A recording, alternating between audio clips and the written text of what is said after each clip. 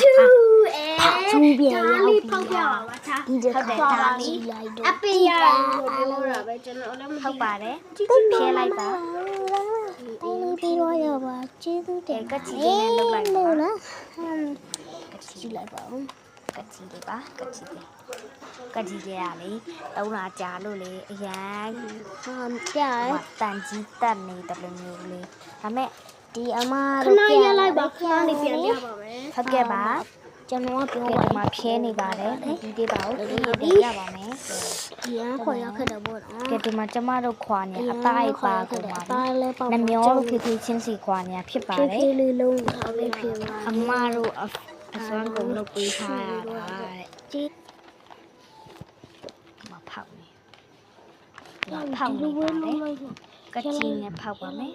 ကဲဒီမှာအထဲကဟာဖွင့်လို့ရနေပါပြီအထဲကဟာထုတ်မယ်ဆိုတော့လက်လေးနဲ့နှိုက်လိုက်ပါ 3 2 1 wow ဒါလေးပေါ့နော်ခုနကပါမ ပါပဲ အပစ်ပါပဲခု ပါ န မ က ကိုညှက်လို့ရပါတယ် ပါမမလားပါမအောက်ကျနေတယ်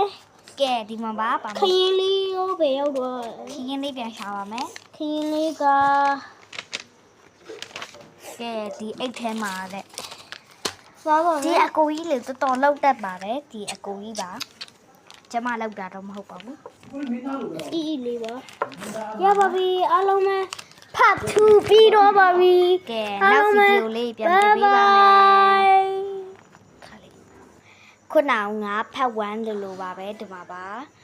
အားလုံးကိုကြိုက်ကြမယ်လို့မျှော်လင့်ပါတယ်ဘိုင်ဘိုင်ဖတ်တူပြီးပါပြီနော်နောက်ဗီဒီယိုလေးပြန်တင်ပေးပါမယ်ဘိုင်ဘိုင်